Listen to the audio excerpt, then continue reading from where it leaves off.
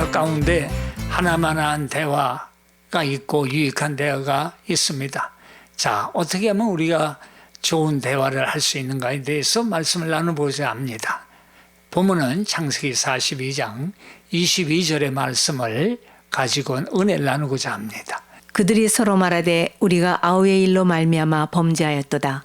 그가 우리에게 애걸할 때 그 마음의 괴로움을 보고도 듣지 아니하였으므로 이 괴로움이 우리에게 임하도다. 르우벤이 그들에게 대답하여 이르되 내가 너희에게 그 아이에 대하여 죄를 짓지 말라고 하지 아니하였더냐. 그래도 너희가 듣지 아니하였느니라. 그러므로 그의 핏값을 치르게 되었도다 하니. 명절로 눈코뜰 새 없이 바쁜 시간을 보낸 부부가 이제 휴가를 떠나게 됐대요. 차가 출발하면서 이제 남편은 생각하기를 아내가 이번 여행을 되게 좋아할 거다 이렇게 기대를 하고 있었어요. 이고 차가 출발을 하고 차 안의 환경이 몸에 익숙해질 즈음에서 아내가 갑자기 한숨을 내쉬며 입을 여는 거예요. 내 인생이 마치 고문같이 느껴져요. 그러는 거예요. 남편 입장에서는 황당할 수도 있는 그런 말을 하는 겁니다.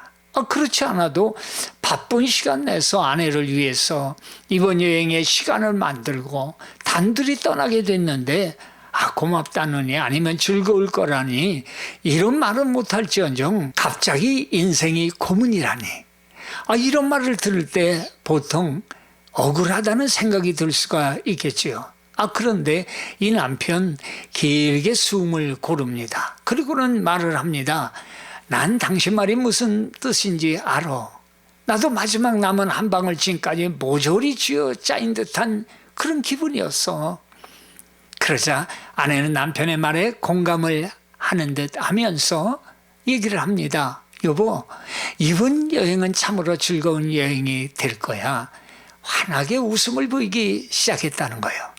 그런데 만약 아내가 고문이라고 이렇게 말했을 때 남편이 곧바로 비난의 반응을 보이면서 뭐가 그러냐, 왜 그러냐 이렇게 했다면 여행은 논쟁으로 시작해서 아마 가지도 못하고 되돌아왔을 거예요. 존 그레이라는 분의 그 책의 내용인데 사람과 사람 사이에는 다양한 문제가 존재를 하죠. 남자와 여자를 보세요. 분명한 차이가 있습니다. 신체적인 구조가 다르고 지향하는 목표도 달라요. 문제를 해결해 나가는 방향도 틀려요. 분위기를 즐기는 것도 다 다르지 않습니까? 부모, 자식 간, 부부 간에도 이렇게 다 다른데 다른 사람은 말할 것도 없다는 거죠.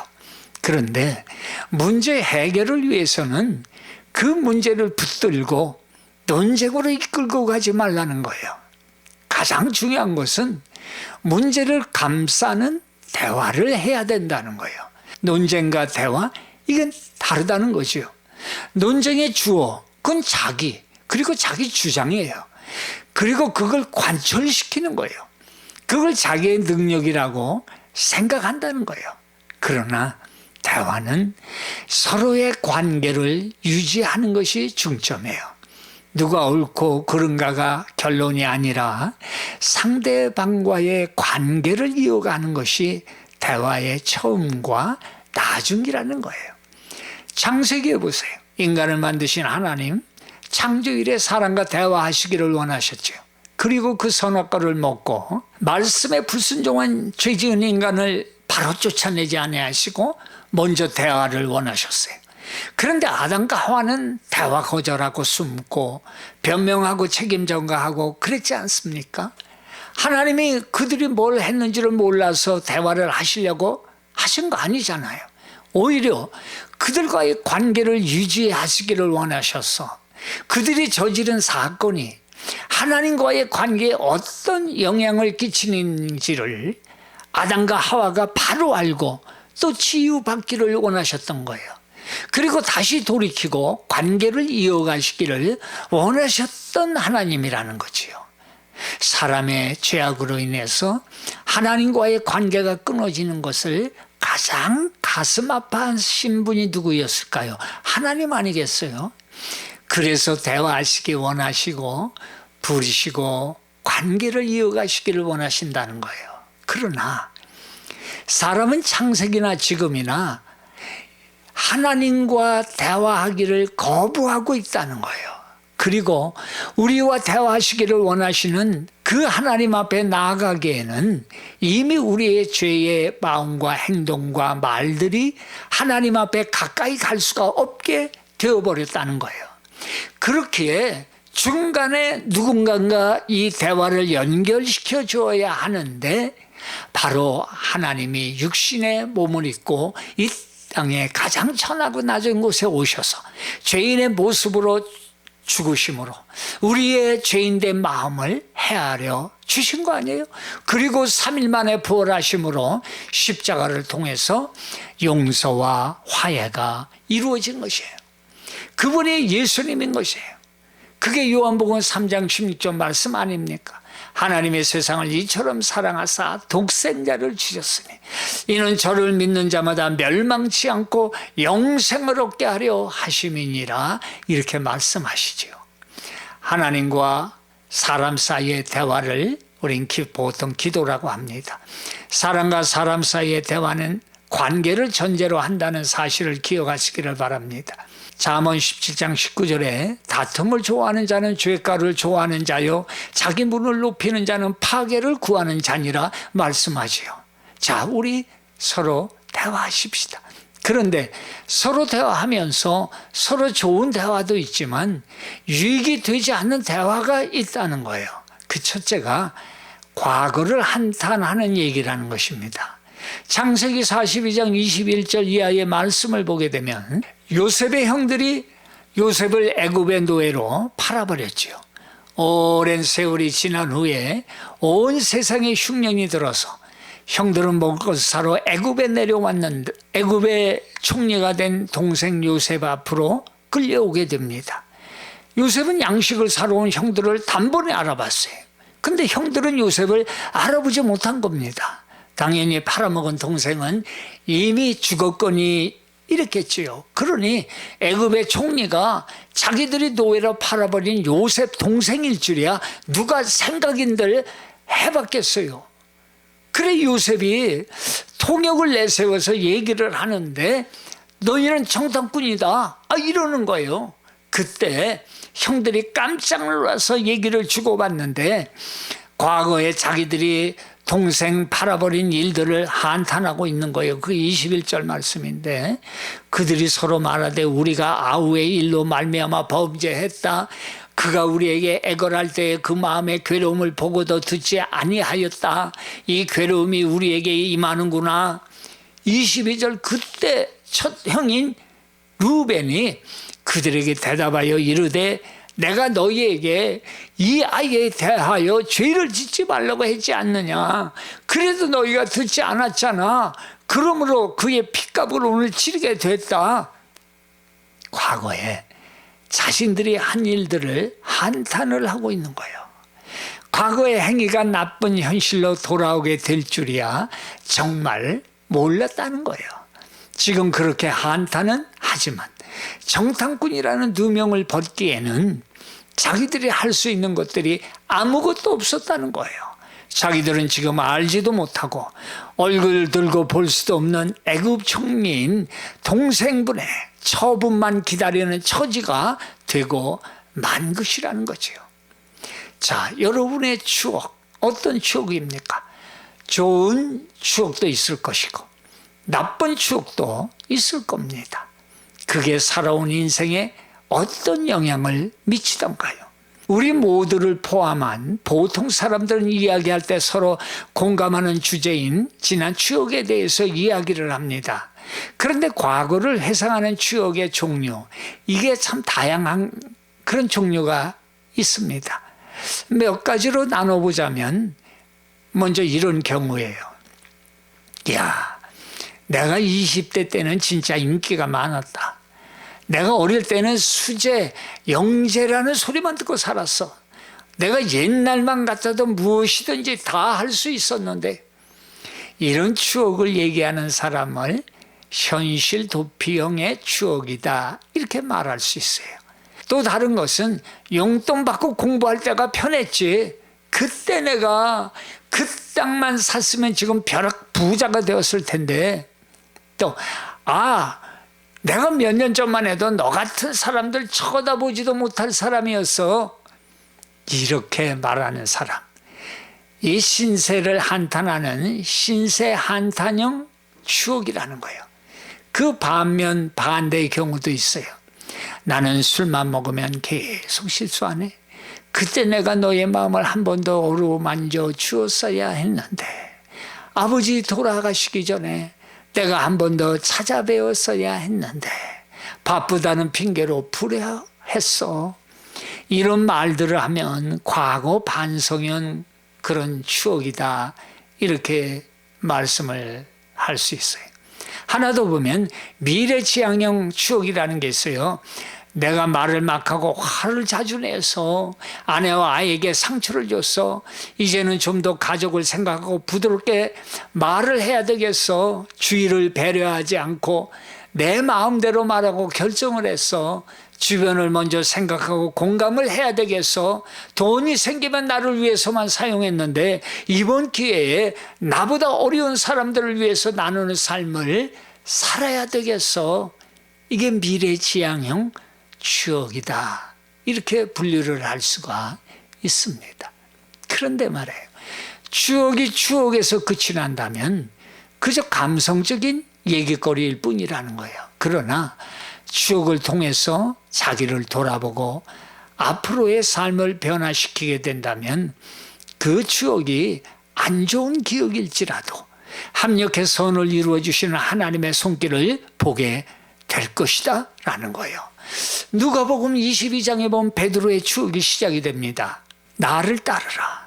이제부터는 사람을 낚는 어부가 되리라 하는 예수님의 명령 한마디에 베드로 어디서 무엇을 어떻게 할 것인지에 대한 질문 한마디 없이 먹고 사는 삶의 전부였던 배도 그물도 삶의 터전도 미련 없이 버리고 예수님을 따라 나섰어요. 그리고 3년 세월 지난 어느 날 겟세마네 동산에서 대제사장 무리를 만난 예수님, 침묵하는 양이 되어 끌려가시고 주저주저하며 따라가던 베드로, 도망가고 싶은 이 충동과 공포에 맞서면서도 사랑하는 주님 곁에 있길 원해서 어그적 대제사장 그 집문 앞을 지나서 안으로 들어가는 거예요. 불을 피우고 앉아있는 사람들 틈에 슬그머니 끼어 앉으면서 베드로는 자신이 그들 중에 하나로 여겨지길 바랬어요. 그런데 불빛에 베드로의 얼굴이 드러나게 되자 야멸차게 그를 고발하는 여종의 소리가 들리는 거예요. 이 사람도 예수와 함께 있던 사람이다. 사람들의 시선이 일제히 베드로에게 쏠리는 거예요. 그렇지 않아도 두려움에 가슴 조이던 그의 입에서 즉각적으로 자신을 방어하는 배신의 말이 튀어나오는 거예요. 주와 함께 오게도 같이 가고 죽는데도 같이 가겠다던 그 입술로 여자여 내가 저를 알지 못한다 소리를 지르는 거예요. 그런데 애써 사람들의 시선을 피하면서 그냥 넘어가기를 바라는 베드로의 귀에 조금 후에 또 한 사람의 말이 들리는 거예요. 너도 예수당이지? 순간적으로 위기감이 베드로를 감싸면서 불안감으로 놀란 베드로가 단호히 외칩니다. 나는 아니다. 베드로가 자신을 변호하려 하면 할수록 그의 성급해진 말에서 튀어나오는 갈릴리 억양이 그의 출신을 더욱 분명하게 해줄 뿐이었어요. 확증을 얻은 또 한 사람이 외치는 거예요. 이 사람 갈릴리의 사람이다. 참으로 그와 함께 있던 사람이야. 집요하게 주장하는 그들에게 당황하고 흥분한 베드로, 예수님과 무관한 관계임을 증명하고 싶어서 더욱 단호하게 부인하잖아요. 나는 내가 하는 말을 모르겠다. 예수님은 제자들에게 이런 말씀하셨어요. 마태복음 10장 24절에 아무든지 나를 따르려거든 자기를 부인하고 자기 십자가를 지고 나를 쫓으라, 이렇게 가르치곤 하셨잖아요. 지금 이 순간이야말로 베드로가 자기를 부인하고 십자가를 져야 할 때인데, 그러나 지금 오히려 자기를 위해서 주님을 부인하고 있는 이 모습, 오늘 우리의 모습인 동시에 아마도 다시는 추억하고 싶지 않은 추억일 것입니다. 베드로의 세 번째 배신의 말이 끝날 때에 그의 가슴을 때리듯 닭이 웁니다. 그때 예수님께서 몸을 돌이켜 자신을 변호하느라 여념이 없던 베드로를 바라보시는 거예요.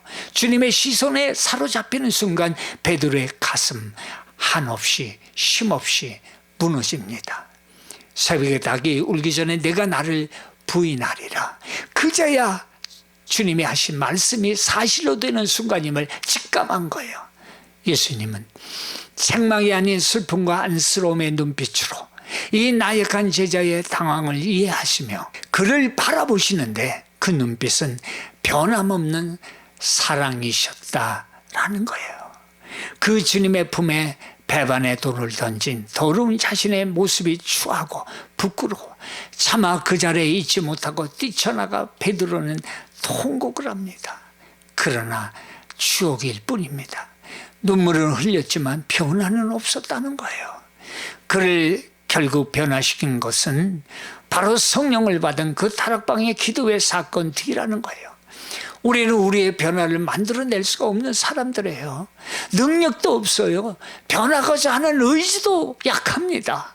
하나님이 찾아오시지 않으셨다면 우리의 과거의 시간들은 우리에게 아무런 변화를 주지 못하는 사건일 뿐이었다는 거예요. 이제 우리는 과거를 한탄하는 대제상의 뜰에만 있는 베드로가 아니라 다락방에서 열심히 기도하는 자리까지 나아가 뒤틀려진 추억의 괴로움이 아니라 성령의 충만을 받아서 하나님의 맡겨주신 사명을 끝까지 감당하는 이 역사를 이루는 저와 여러분 되시기를 바랍니다. 두 번째 무익한 이야기는 서로 원망하는 이야기예요. 느헤미야서의 말씀인데 느헤미야는 바벨론 포로로 끌려간 유대인의 아들로서 그곳에서 태어나고 자랐어요. 바벨론이 페르시아로 바뀌고 고향인 예루살렘으로 1, 2차 귀환이 있었습니다. 그럼에도 여전히 들려오는 소식은 예루살렘이 황폐했다는 소식이었어요. 술관원이었던 그는 왕의 명령으로 예루살렘의 총독으로 임명을 받고는 예루살렘에 돌아와서 성벽을 쌓는 일에 전심을 다합니다. 4장 6절에 보니까 우리가 성을 건축하여 전부가 연락되고 고가 절반에 미쳤으니 이는 백성의 마음들여 역사하였음이니라 기록하죠. 처음에는 백성들의 마음이 일에 대한 흥미를 가졌어요. 기쁨으로 열심히 일을 했다는 거예요. 절반까지 쌓아 올렸다는 거예요. 그런데 그만 며칠 못 가서 큰 어려움에 부딪히고 그 일은 중단이 되는 사태를 맞게 되는 겁니다. 10절에 보니까 흙무더기가 아직도 많거늘 담보하는 자의 심이 쇠하였으니 우리가 성을 건축하지 못하리라. 아직 해야 할 일은 많은데 힘에 부치도록 열심히 일하다 보니까 육신이 피곤해졌고 일들에 대한 호기심이 점차 사라지고 너무 장시간 일을 하는 동안에 이 열정이 식어졌다는 거예요. 이 서로에 대한 원망이 시작된 때는 첫째는 피곤할 때 서로 원망할 수 있다는 거예요. 가정에서나 다 마찬가지 아니겠어요? 서로 돌아볼 여유가 없어요. 원망이라는 것은 세운 것을 무너뜨리는 거예요. 두 번째로 원망이 나오는 것은 할 수 있다 이게 아니라 할 수 없다 이런 쪽으로 생각하고 말할 때 원망이 나온다는 거예요.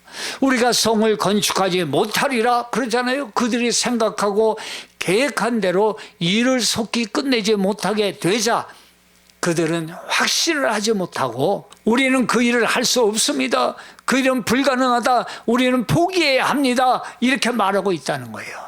앞날의 소망이 사라질 때 서로 원망하기 쉽다는 거예요. 가정에서도 마찬가지예요.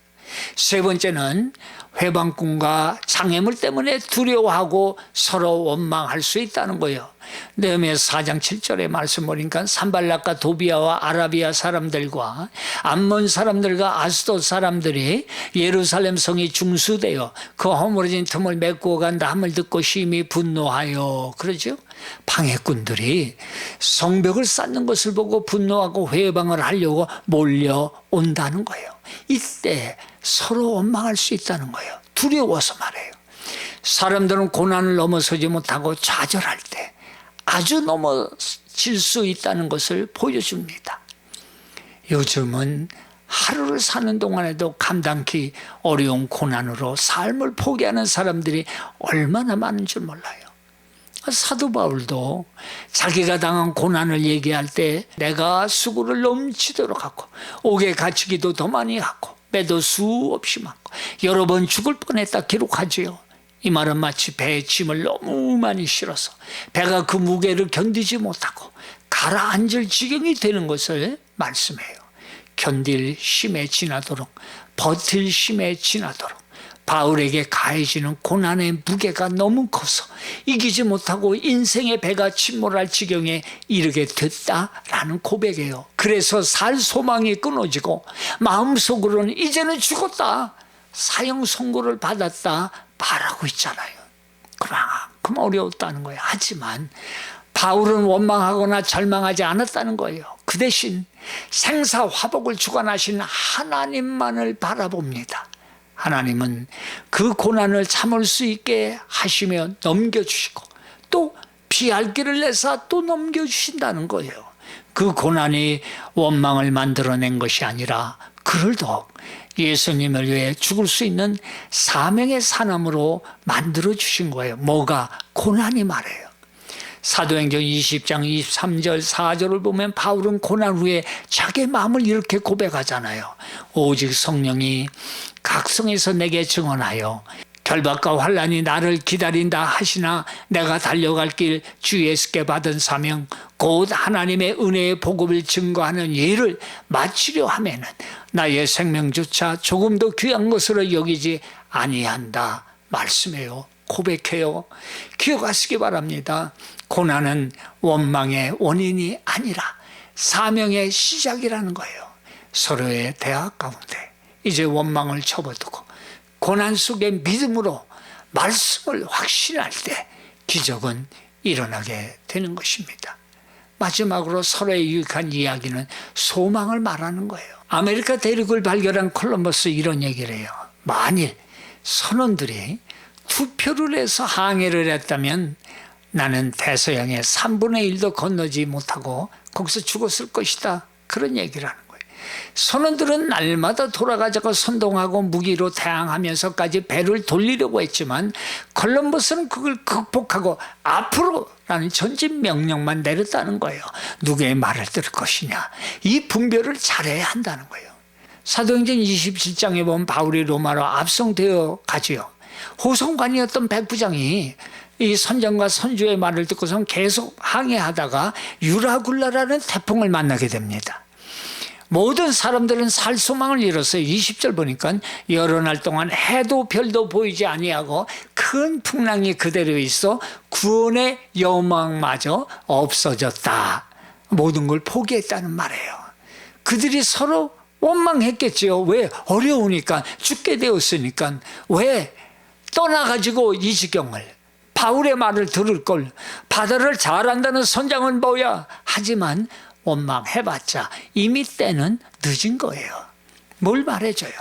누구나 환난을 만날 수 있다는 거예요. 둘째는 꼭 경험이 많은 사람의 말이 옳다고 말할 수는 없다는 거예요.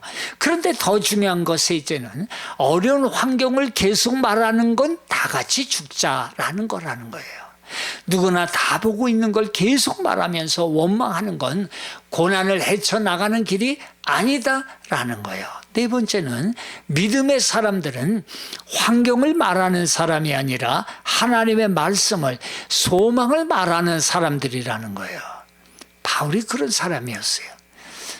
사도행전 27장 23절에 내가 속한 바 곧 내가 섬기는 하나님의 사자가 어젯밤에 내 곁에 서서 말하되 바울아 두려워 말라. 내가 가이사 앞에 서야 하겠고 또 하나님께서 너와 함께 항해하는 자를 다 내게 주셨다 하였으니 그러므로 여러분이요 안심하라. 나는 내게 말씀하신 그대로 되리라고 하나님을 믿노라.